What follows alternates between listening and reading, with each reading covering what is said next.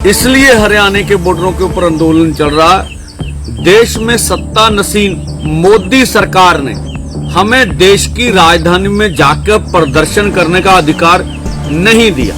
वो एसएलआर की गोलियां चलाकर, 12 बोर की गोलियां चलाकर, रबड़ की गोलियां चलाकर, तरह तरह की टीयर गैस जिसमें से जहरीली गैसें भी थी, उनको इस्तेमाल किया गया। शुभकरण सिंह 22 साल का नौजवान गोली मारकर मोदी सरकार ने उन्हें शहीद कर दिया। ਵੋਟਾਂ ਤੋਂ ਪਹਿਲਾਂ ਕਿਸਾਨ ਜਥੇਬੰਦੀਆਂ ਨੇ ਵੀ ਲੋਕਾਂ ਨੂੰ ਅਪੀਲ ਕੀਤੀ ਹੈ ਤੇ ਵੱਡੀ ਤਿਆਰੀ ਵਿੱਚ ਕਿਸਾਨ ਜਥੇਬੰਦੀਆਂ ਨੇ ਦੱਸਦੀ ਕਿ ਸੰਭੂ ਔਰ ਖਨੌਰੀ ਬਾਰਡਰ ਤੇ ਲਗਾਤਾਰ ਕਿਸਾਨ ਬੈਠੇ ਨੇ ਤਾਂ ਉਹਨਾਂ ਨੇ ਵੱਡਾ ਐਲਾਨ ਕਰ ਦਿੱਤਾ ਕਿ ਕੇਂਦਰ ਦੇ ਵਿੱਚ ਕੋਈ ਵੀ ਸਰਕਾਰ ਆਵੇ ਅਸੀਂ ਆਪਣਾ ਧਰਨਾ ਬਰਕਰਾਰ ਰੱਖਾਂਗੇ।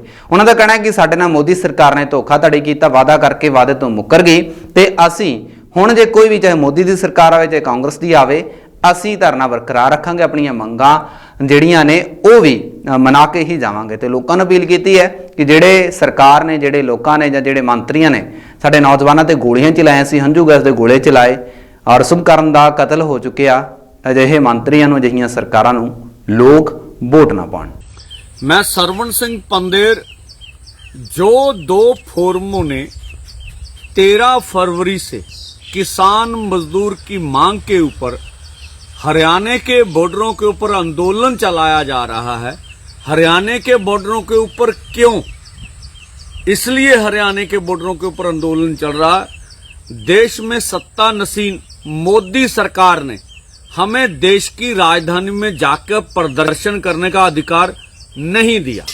उन्होंने जो पंजाब से जा रहे हाईवे हैं उनके ऊपर दीवारें निकाल रखी हैं, वहां पर अर्धसैनिक फोर्स लगा रखी है और हमारे ऊपर जिस तरह से बल प्रयोग किया गया, वो एसएलआर की गोलियां चलाकर, 12 बोर की गोलियां चलाकर, रबड़ की गोलियां चलाकर, तरह तरह की टीयर गैस जिसमें से जहरीली गैसें भी थी, उनको इस्तेमाल किया गया।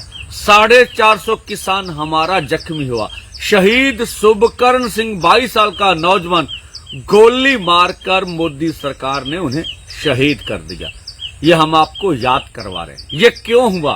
जो नागपुर से पिछले 10 साल से निर्देश आ रहे हैं, जो नफरत की राजनीति नागपुर से आरएसएस करती है, उस नफरत की राजनीति का ये चरम सीमा थी जो हमारे किसान मजदूर के ऊपर जुल्म किया गया।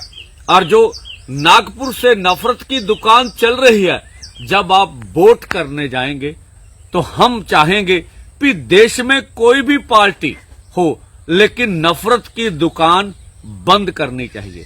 जो आज पंजाब में अपनी सौड़ी सियासत के लिए, अपनी वोट के लिए हिंदू सिखों का जो आपसी बंटवारा करने पे तुले हुए अपनी सियासत के लिए, जो पंजाब में सवर्णों और दलितों को टकराव में लाने की राजनीति कर रहे हैं, जो पंजाब में अभी जो नागपुर से नफरत की दुकान चल रही है, उसी के तहत हमें धमकियां दे रहे हैं कि आपको डिब्रूगढ़ भेज देंगे।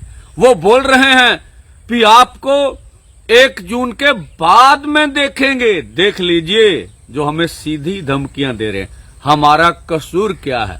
हम यही बात बोल रहे हैं कि देश के प्रधानमंत्री ने एमएसपी लीगल गारंटी कानून बनाने का वादा किया था, देश के किसान मजदूर का कर्ज खत्म करने का वादा किया था और लखीमपुर खीरी का इंसाफ लेना था। जिस कातिल को, जो किसानों का कातिल, आपने टिकट दे दी और आप बोल रहे हैं जीत के आइए, आपको बड़ा ओहदा देंगे। और देश के मजदूर के लिए 200 दिन रोजगार, 700 रुपया दिहाड़ी की मांग करें। क्या हमारा ये कसूर था? तो हम देशवासियों को, पंजाबियों को ये अपील करते हैं, वोट डालने के समय देश के किसान मजदूर की दशा को याद रखेगा। मैं अकेला पंजाब के व्यापारियों को बोलना चाहूंगा, कोरोना काल में जब व्यापार बंद कर दिया, जिस तरह से लघु उद्योग उजाड़ा गया, अभी उनकी भरपाई नहीं हुई, आप याद रखिएगा। जिस तरह से प्रवासी मजदूर अपने घरों की ओर चले थे और जिस तरह से हरियाणा की पुलिस ने उनके ऊपर लाठियां बरसाकर पशुओं की तरह उनको पंजाब की धरती में भेजा था, ये भी याद रखिएगा। जिस तरह से गंगा मैया के बीच हजारों लाशें बगैर संस्कार किए बह गई, गल सड़ गई, ये भी याद रख लीजिएगा। हम चाहते हैं कि कारपोरेट की पॉलिसियों के ऊपर बलडोजर चलना चाहिए। कारपोरेट की नीति जो खेती को खत्म करने वाली है, खेती मंडी को खत्म करने वाली है और रोजगार छीनने वाली है, इसे देश से खत्म कर रहा है। इन बातों को देखते हुए वोट डालिएगा। 2 जून को पूरे पंजाब, हरियाणा और अन्य जगहों से हम ट्रैक्टर ट्रॉलियां लेके मोर्चे की ओर बढ़ेंगे। हमारा सहयोग जरूर करिए। धन्यवाद।